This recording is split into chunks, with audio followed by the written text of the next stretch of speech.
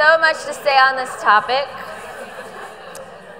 In the next piece, as we're talking more about allyship and how we can each be allies for each other, you're going to have, again, more chance to reflect on your own experience and to share with other people around you. So we're moving into another conversation and some more interactive pieces for this morning.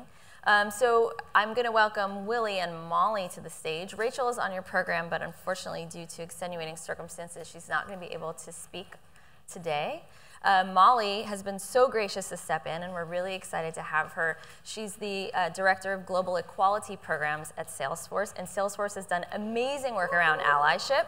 And so we're really blessed to have her here. She's also leading a workshop later today with some other wonderful folks on ERGs, but she's going to step in this morning, so we're really excited to have her. And she's going to be in conversation with Willie Jackson, who is one of my advisors for the conference and a good friend and a wonderful human being. And he's the Director of Diversity and Inclusion for the Equity Impact Group.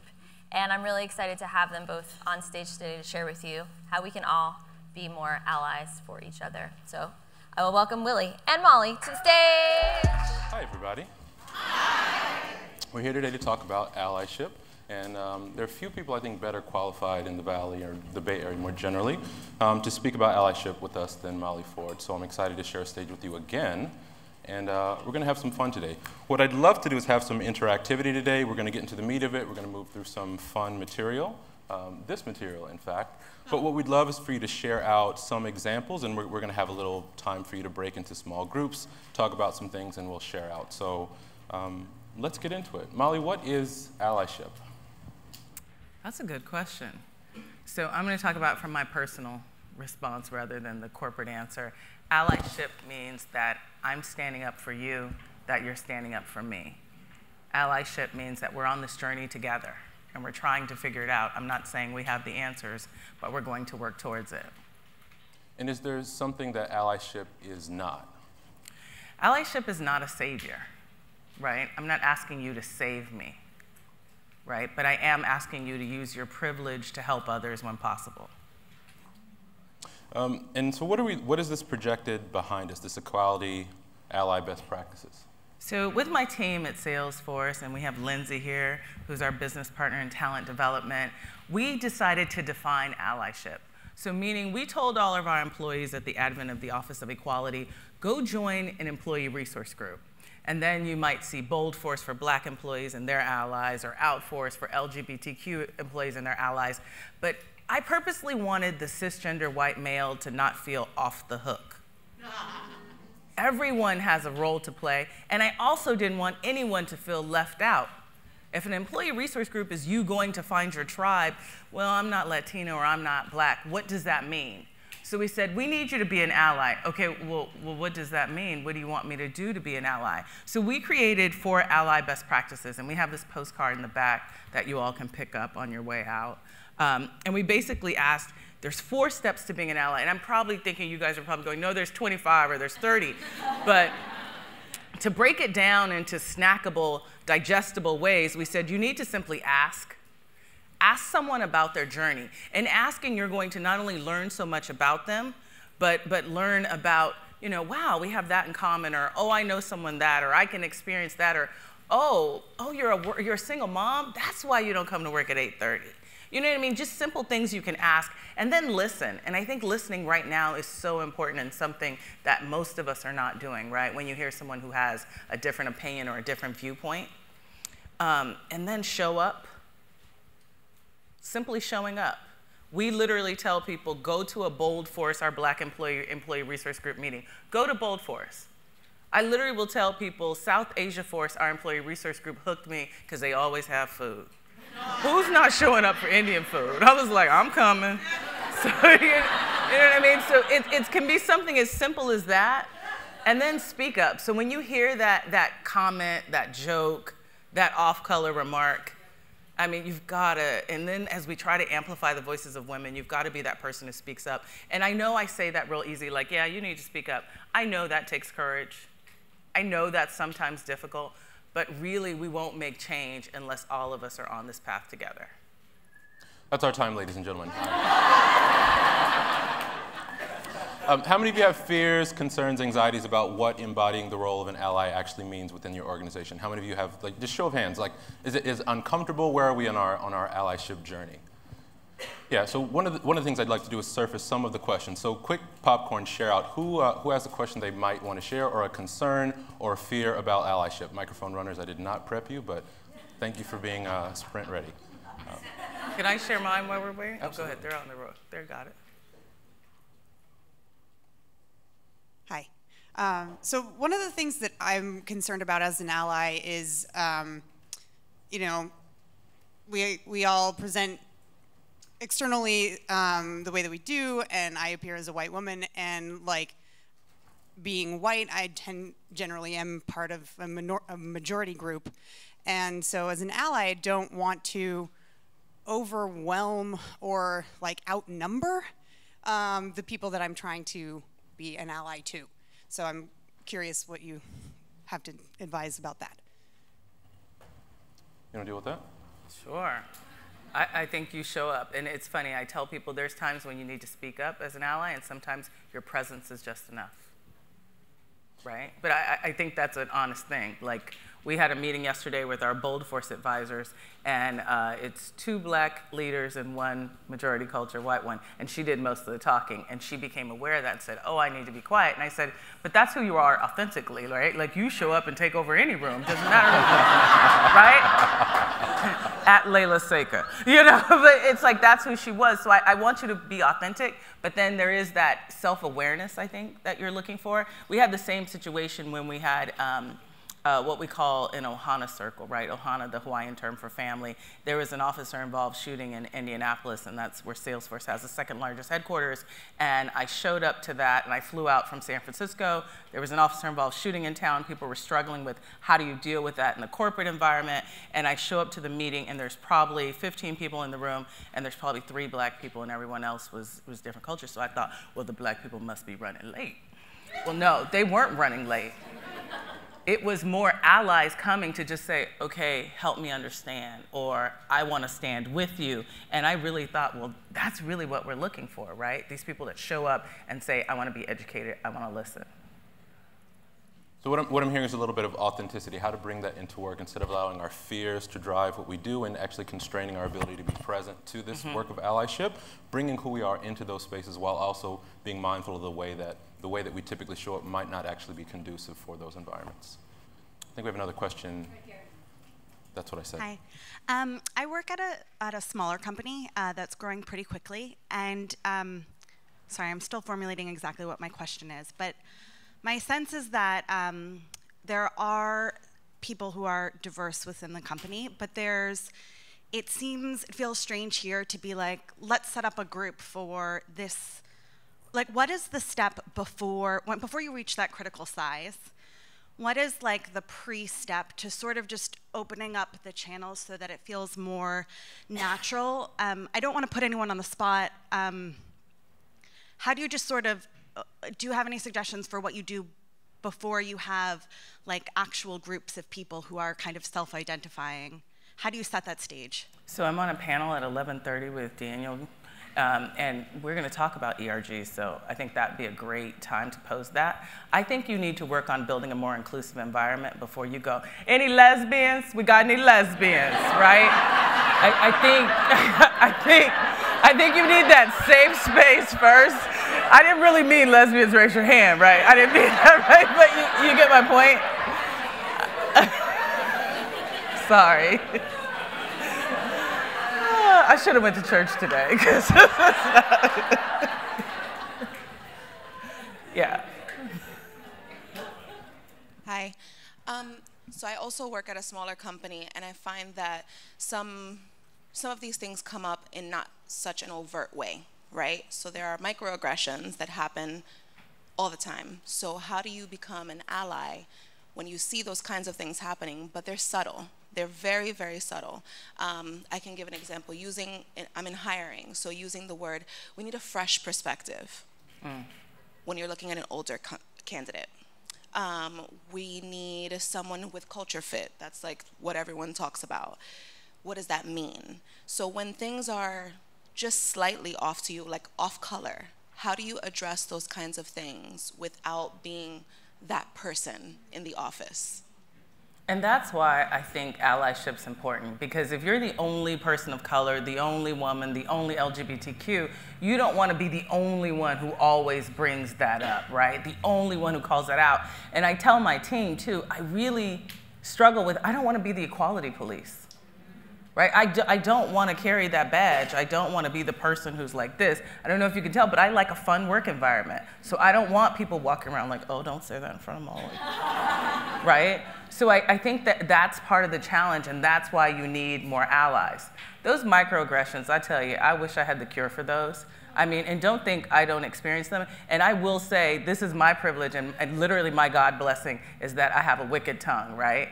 So when, literally, I'm in a meeting and someone said to me, like they were basically saying the person leading the meeting should be sitting at the middle table, but I didn't know who was leading the meeting. I just walked into the meeting, and someone said, Molly, you should go sit in the back and let so-and-so take the seat.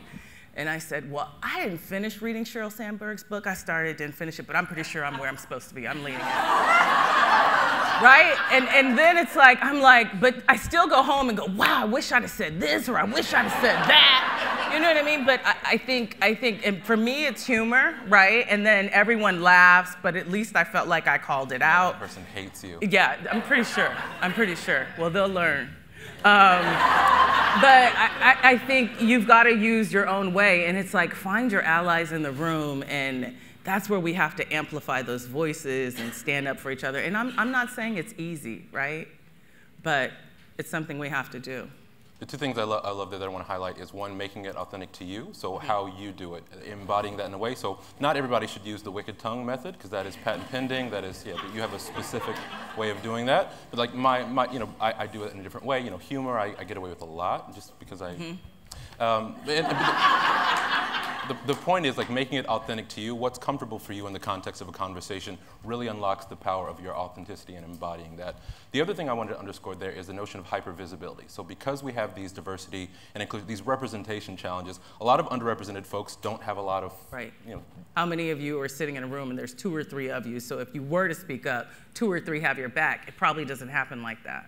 So even before you open your mouth, you're silencing yourself because you feel like you represent your people or your identity or however you show in that space. So you carry that burden in addition to what you're passionate about. So people more junior in the organization reliably are at the rallies. They're going to events on their own time, on their own dime. So they have the language, they know the politics, they understand these things, and they feel them in a way. But they're also deeply vulnerable within organizations, right? So the political backlash, notions of psychological safety can really affect their ability to grow within the organization. So that the hypervisibility piece affects folks in ways that we don't even think about typically. Anyone else, please? Hi.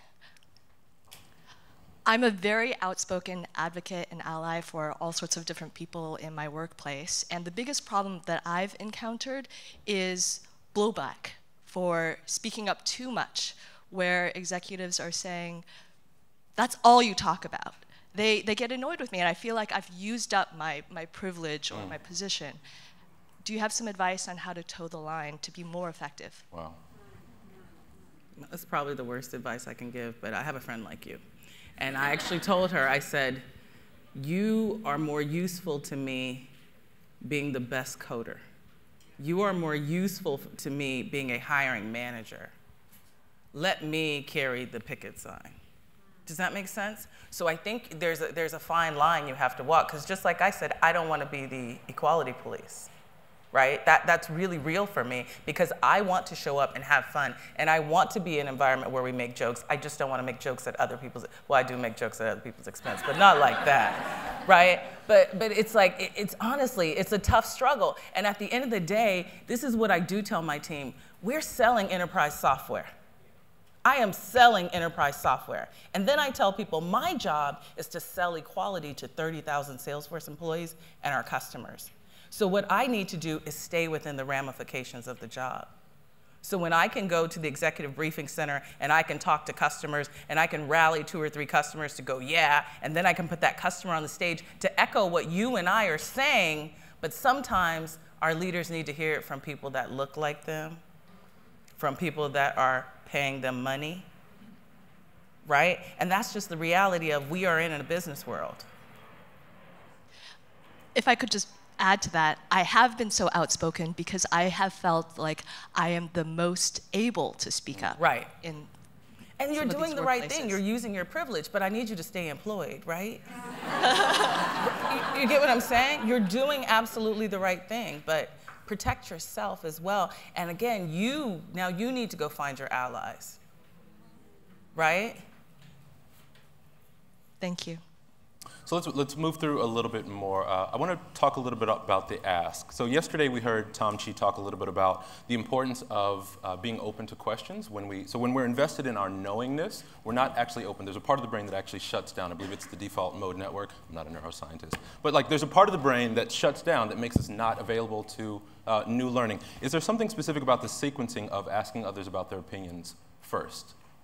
I think you have to ask with understanding. So I was sharing with Willie that someone on my team, I went to and I said, why is that person saying queer instead of lesbian? Or what's the term for queer? And of course, I have a responsibility to do my own education fact-finding, right? We have this great thing called Google. I have my own responsibility, right, to try to educate myself. But then there should be some space, and I even will approach it with, I'm asking as an ally, I really don't understand, I'm not trying to be a jerk, but what is queer? And why is that different? And I feel like that's embarrassing to ask. To me, it's embarrassing. I grew up in the Bay Area. I should know the answer to this. But I'm like, why does she always say queer? And then she doesn't say queer. Wait, what does that mean? And I'm like, what am I missing? So I think there's something serious in asking, and then also asking in terms of one's experience, right?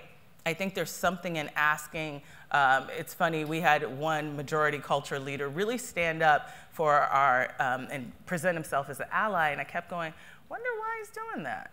He's got a great home in Lafayette, he's neighbors with Steph Curry, he's doing well, right? And then you start to peel back those layers and hear people's journey, and he said, I grew up with a single mom. He's like, and the only other kids in my class that had single moms were black kids. He's like, and that's where I started to learn, like, here's my affinity, here's who I'm comfortable with, here's who I can help, here's who I can grow up with, right? And so I think there's something in there. And I always tell the joke, I say, don't ask to touch someone's hair, right? That's not what we're asking, right? But you're really asking about their journey, their experience.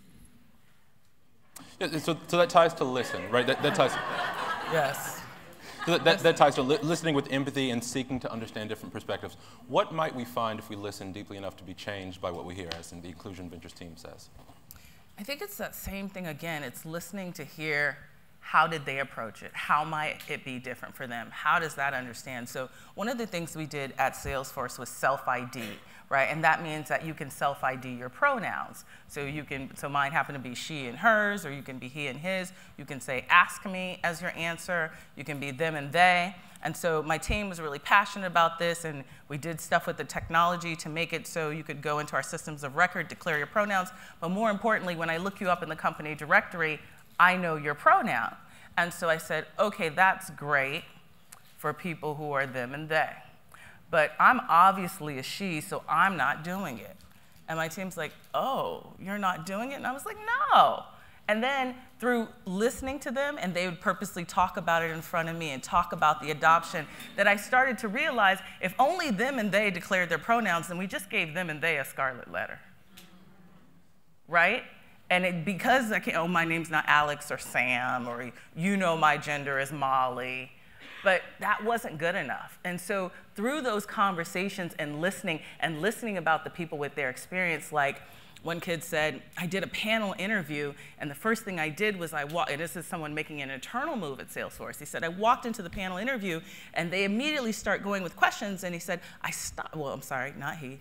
they said, I stopped the panel to say, my pronouns are this, what are your pronouns? And the panel was like, excuse me? Like there was no understanding of what is this person talking about, what does this mean, and why this is important to them. So I quickly learned from me, my allyship, and I literally said, my pronouns are she, he, or hey girl, and I was like, that's not okay though. Because I just trivialized and marginalized what someone else's experience was. So through listening, I realized, okay, self-ID is important, but more importantly, I'm not going to give them and they a scarlet letter and have them and they be the only ones that declare their pronoun. We can take a few more questions. What I love about what you said is the humility in saying this is embarrassing, right? This is embarrassing. I'm exposed. I don't actually know what's doing right. And I might actually not be doing my job if I'm not equipped with this knowledge. So not just putting the burden of education on folks, but actually exposing your ignorance and saying, asking as an ally, what am I missing here? I love that modeling. Hi. So just thinking about, like, there's so many different groups that we could be an ally for. How would you recommend, like, balancing, like, allyship towards an individual group versus, like, allyship just, like, at a broader level? So, I mean, do what's comfortable for you. So for our employee resource groups, we have 10, and we ask people to be allies to all of them. We've noticed that a lot of people are very easily able to be an ally to our vet group. That's okay, I'm not judging you. That's fine, be an ally to somebody. And I mean, make it passionate. Make it someplace you might be educated. Make it someplace you feel a conversation, right? I don't think there's a, you can only be an ally to 2 groups, you're cut off, you've reached your limit. I don't think there's a, I mean, to me, what's in your heart? Is that a good enough answer? Sort of, yeah. I mean, it's like interesting if you're at an organization that has a lot of like ERGs, right, or a lot of areas where you want to go, like, I want to show up to like all these different groups, you know, to support them. And well, do like me, just go to the ones that have food. I mean, just like, is there lunch? That's a good takeaway. Thank you. Question over here. So I've been to a few of the Salesforce events that the ERGs have put on, and I really respect them. They've been amazing. And I saw that at TransTech, you teamed with the Transgender Law Center, TLC.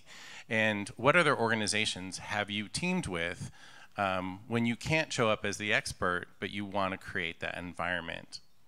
Great question. Oh, what other groups? I could do an endless list.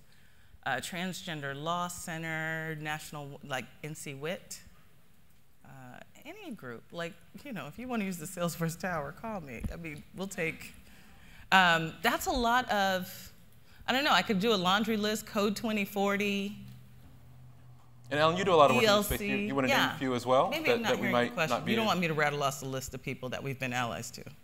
Well, I just really respect how you don't show up. I really respect how you don't show up as the expert always. You show up as a safe space for conversation and bring in the experts. So I'm truly interested in who else, because I've learned a lot. I went to the Latinx, I went to Outforce, and the transgender trans tech, or transform tech, and how you respected every individual on such a deep level coming in. There was such nuance.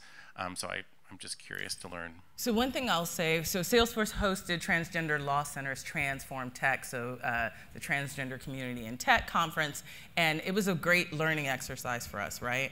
Because number one, we needed to make sure everyone could have a pronoun sticker. Number two, at Salesforce, we take a picture of any and everybody so we can make a big poster of it.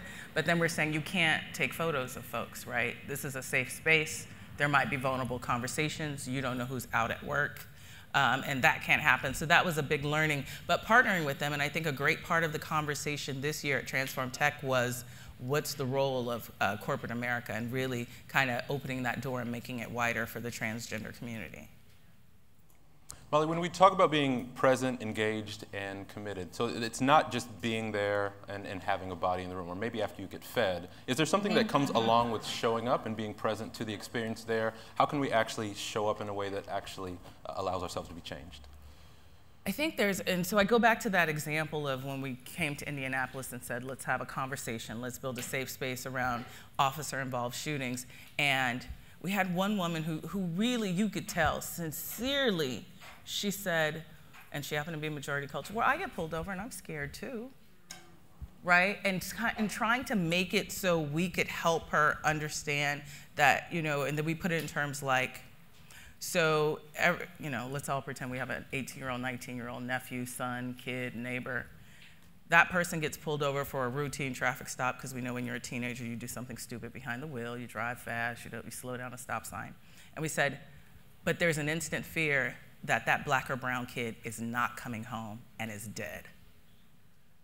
You know, in my own family, my brother lives in Seattle, the police escorted his kids home, right? And we're like, wow, look what happened in your, affluent community at the home of Microsoft, right?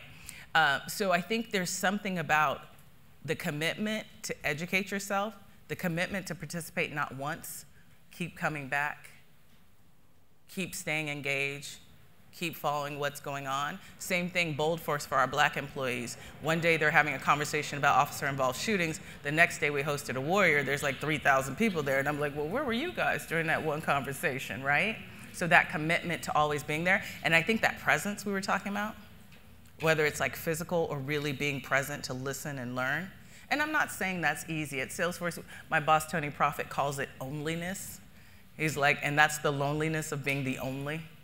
So whether you're the only woman on that team, the only person of color, that onlyness is such a burden and it's tough. But we're saying show up to the Bold Force meeting or Outforce meeting, right? And that's the same thing. Everyone can come to Pride and have fun hollering and singing down the street, but did you show up when Pride went to the Trevor Project and tried to help kids, LGBTQ teen runaways, right? So that's where that really comes from, that showing up to making it consistent. And is there anything we can do to invite more allies into the spaces where their voice and their presence is actually needed? That's actually a big thing. Like we did notice that at Salesforce, that there was a lot of, I didn't think I could come. I didn't think I'd be welcome. And part of me is like, stop waiting on an invitation. Again, I'd be like, well, will there be food? Right? So like, what is it that helps you like, hey, can I come? Would that be okay? Are others welcome? And so that was one of the things we did say to our employee resource groups. You've got to invite someone. And our Salesforce Women's Network has this awesome saying called BAM. And BAM means bring a man along. And it really was born of a conversation of, disproportionately, the men are outnumber the women, right, at our tech company. The men outnumber the women, and the men are the leaders and the ones who can really make change, make hiring decisions. They need to be in the room for these conversations. So they started a program called BAM, and they would incentivize and encourage, hey, if you bring a dude, this last week we had Phenomenal Women Day in honor of Maya Angelou's birthday. And so we had t-shirts for women that said Phenomenal Women, and it was going crazy on social, like, oh, they're gonna have t-shirts. Well, when men showed up, we had a t-shirt for them that said feminist. Right? Gotcha. So we were like, we got something for you too, right? I love that. Talk a little bit about speaking up. What happens when things go wrong? Are there ways of having agency when we see a microaggression, when we see somebody being marginalized? Because a lot of these things are socially reinforced, right? It's fun to make a racist joke sometimes. I mean, let's be honest. So like, are there things that we can do when there's an intervention available to us? How can we build ourselves up in those moments to have a presence when we can model allyship? And this is the one thing that I struggle with in terms of me not wanting to be the equality police. I tell people maybe it's in the moment in that meeting you say something to someone, but maybe it's afterwards you pull them aside, right? Our goal is not to embarrass someone or make them shut down. So there's something about speaking up in terms of if you see something, say something. It's like airport rules should apply. I think there's something absolutely in amplifying those voices of those women, right? You see a woman say something, the room's not hearing her. There's something else we're working on at Salesforce. We call it inclusive leadership practices, and we're saying, notice who in the room didn't have a voice at the table, who didn't speak up in the meeting. And someone came to me and said, you know, I like to process. I want to weigh my pros and cons, so I'm not good to be the one in the meeting to just go, here's my idea. They said, sometimes I need to process later. So I try to be, and I tend to talk a lot, so I really try to be mindful of someone at the table hasn't said something. Why don't we say, hey, the most of us that have been talking, let's take a step back and let others talk, whether they're processing or not. Let's see what's on their minds, right? So I think there's something in that, but I don't want to disregard and make it sound so cavalier. I know it takes a lot of courage, right? And as these tech companies struggle with these bro cultures, to be the one bro to stand up against that, to go against the grain, I'm not saying that's easy or fun, but it's the way we'll make change. How many of the introverts in the room resonate with the processing time, the need to go back? Right. So making space, taking space, we can all model that a little bit better. We've got a little time left, and by little time I mean a minute and 14 seconds. Who's got a question? I got one. Right here. Thank you. In these processes, what are the metrics for improved bias? Because these issues they're difficult issues, and they can't be solved with 3 easy workshops, right? And it's very difficult to change hearts and minds. Like, how do you know, like, when you've got improvement and when it may be time to go to a more maintenance kind of strategy as opposed to, you know, kind of fixing these behaviors? I don't have an answer. I don't have an answer either. So I think one of the things I would recommend in any space is to make space for the conversation. So we heard a little bit earlier about how the intervention needs to come from at the top. There needs to be a charge. One of the other best practices is somebody needs to actually own these things within an organization. So you see change driven when somebody actually owns these metrics. So I think there's space for an internal conversation. I think there's space for a leader saying from the top, we actually care about this, and socializing why, repeating why. So you have organizations that grow quite a bit, and as people are coming into the organization, they need to be evangelized. They need to understand why that commitment is important. Because as your inclusive practices improve, as your pipeline improved, as the diversity of the pipeline improves, you're bringing a new kind of energy into the organization. And as those people bring their varied and diverse lived experiences into the organization, and they can grab a hold of your vision for it, and there's that top-down directive from your leadership and also somebody that owns that, maybe a diversity and inclusion director, a chief diversity officer, that synergy of energy and experience really drives change. That's the best I got. The reason why I'm asking is because you're generally, or invariably, you're dealing with otherwise smart people. Sure. And it's easy for them to say, I got it, I got it, I got it. But they don't got it, right? And then ultimately nothing has actually changed, right? Even though they think they have it. Well, for us, it's changed. We have 1 in 3 Salesforce employees that's now in an Ohana group, right, in an employee resource group, right? You can just come in the room, just my example that was so crass about food, but when you go to the Holi Festival, which is the spring festival with our Southeast Asian employees, there's 2 women checking you in a sari, but there's a blonde chick in a hoodie, you know, who's actively engaged. Bold Force for our Black employee resource group, their chair of finance is a majority culture woman. And she said, well, I wanted to help whichever employee resource group could use my finance skills, right? So for us, those are the metrics, right? When you see people standing up, when you see those practices happening and having leaders engage, right? So this is something that on the postcard, you'll notice we have free training, ally practices training, publicly available on trailhead.com. It's Salesforce learning platform. And so we have managers that will take this on as part of their quarterly team offsite. Okay, let's have this conversation. Let's discuss what this means. Let's break down these things. We have to go. Thank you. Thank you.